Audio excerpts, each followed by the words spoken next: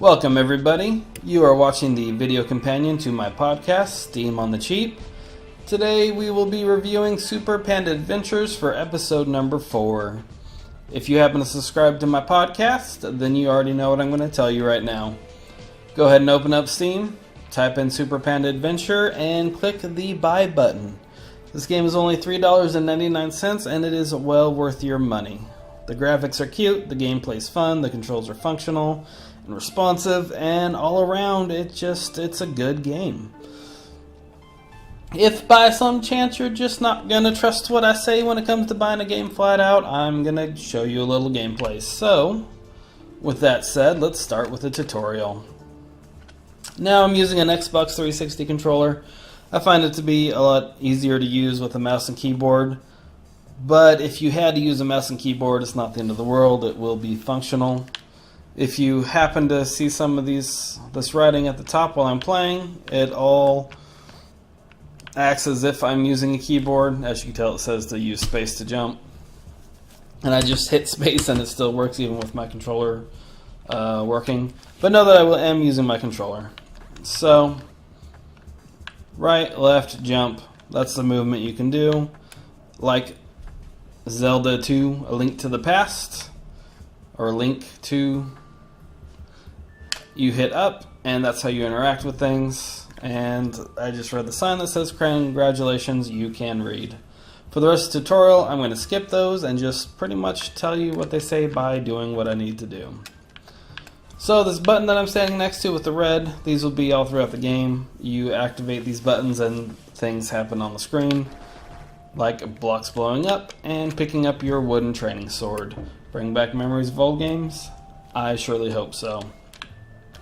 With your sword you can break regular wooden blocks. They're going to be all over and getting in your way. Careful not to jump on spiky plants, because they will hurt and you will get that awesome square blood coming out. Ooh, that one hurt a lot. Here's your shield in the game. Your shield has hit points and they are reduced every time you take damage. If you look in the bottom left hand corner, that green bar represents your shield. If you look on the screen right below me, you will see small shield emblems that are sparkling.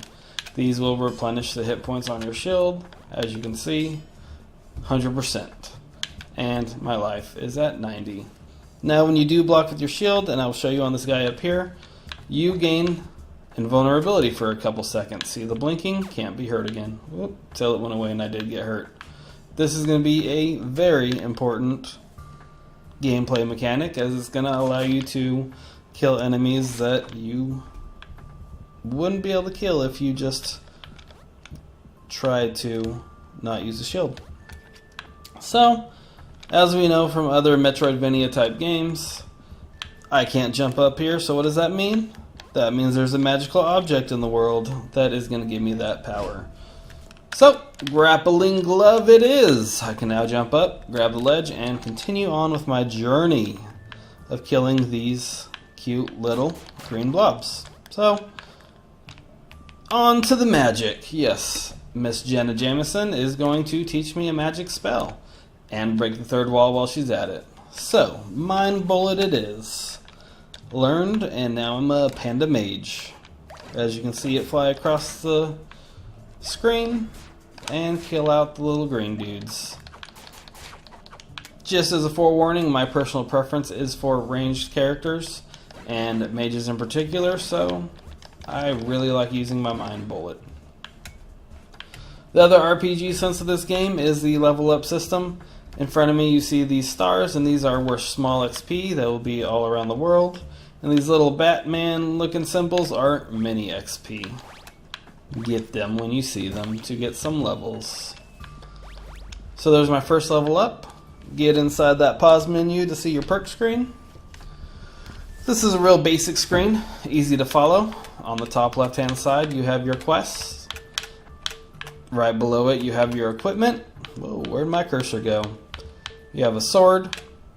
Then you have your gear, your armor, then a ninja star, and then a shield. And then here are the perks that you can upgrade, such as more life total, higher shield total, more mana total, and mana regen. This one gives you more damage to the mine bullet. This one gives you a chance to get some life regen when you attack, extra crit, extra damage, you get the point. Over here are your items in the game, total of 8 it looks like, and we already have the glove. And to the far right are relics. On the bottom, you can see the time played, and the progress, and the difficulty level, cakewalk for tutorial. Now that that's through, oh, forgot to spend the perk points they want us to do, and I'm just going to throw them into the sword attack, because we're in the tutorial, and it does not matter. Oops. So with that, we are done with the tutorial. Normally, all I'd really play is a tutorial to kind of let you guys see what the game's about and what's going on, and that should be enough with my recommendation to get you to slap out your cold hard cash and enjoy some gaming. But with this game, that tutorial didn't have much, so I'm going to go ahead and jump into a game that I have going and kind of show you some of the more in-depth gameplay. Can't break those wooden boxes, by the way. So this little spinning yellow diamond is the game save point. Whenever you see him, push up and save your game, as you can see in the top right hand corner. Because if you don't and you die, you go back to your last save point and you can lose out on a lot of progress. If I open up my main menu, you will see that I have 4 quests that I'm currently doing.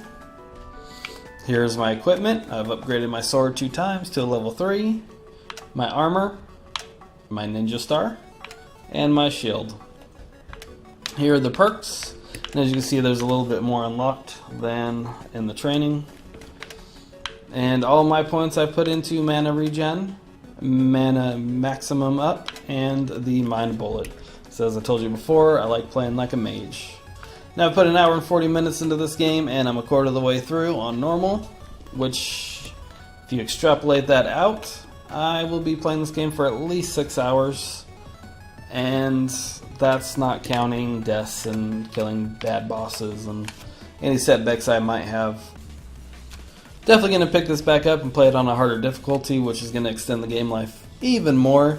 So I could realistically see myself getting between 8 and 10 hours of gameplay out of this $4 game. Do the math, you're looking at about 50 cents per hour of fun. Well worth the money and well within my range of budget gaming. Anyway, here are your relics over on this side. I have half of a relic, so, you know, on a roll. And let's get out. And I'm just going to kill some things. Pretty much. Now all these guys are able to shoot at me. As you can see, that guy hits pretty hard, took 16 away, and I don't even think I can block him with my shield. Oh, I can, I lied. But, look, invulnerable, and shoot my blue balls at him. Playing as a mage, I'm not going to say it's overpowered, because I'm on normal, and I don't know what is and isn't overpowered yet, but it's pretty strong. That I can definitely tell you. Oop, jump down. Those robot dudes are kind of hard, but everything else just kind of melts away. They're not too difficult. Most of the time you're playing in the daylight out in the bright sun. I just happen to be at a point where I am playing in this deep dark cave, and to be completely honest, I don't even know what quest I'm going for in here. So I'm just going to kill some of these guys and show you kind of some of the puzzle elements, and then that is it. So here are the robots. And if I haven't said it yet, the story of this game so far is pretty fun. You are this panda guy who just got done with his training, and you're going to go be the protector of the princess. And like any good story, as soon as you meet the princess, she gets stolen by the big bad robot dudes. Like these two up here. So now you're on a quest to not only find the princess, but see what's going on.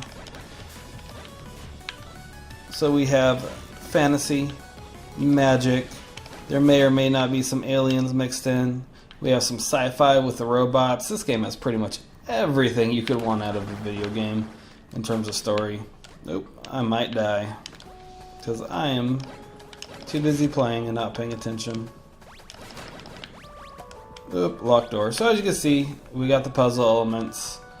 We got the V for Vendetta robot dude down there who's pretty cool. We got dangers, we got life, we got RPG elements, and that's what it looks like when you die. So I am not going to restart this game, and I'm going to go ahead and leave it there and tell you once again, please buy this game and enjoy it. And if I'm wrong, if you don't like it, let me know in the comments, because this is YouTube, and I know that's what happens. Thanks for watching another episode. Catch out my podcast, Steam on the Cheap. You can find it on iTunes or Stitcher or any other podcatcher you may have.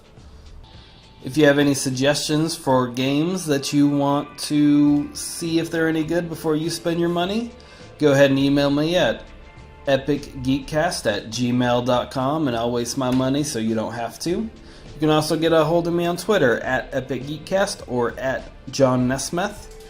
And lastly, you can go to Facebook and like my fan page on Facebook.com/EpicGeekcast and join the community and share some comments, and we'll have a good time together. So, thanks for watching, and we'll see you next week.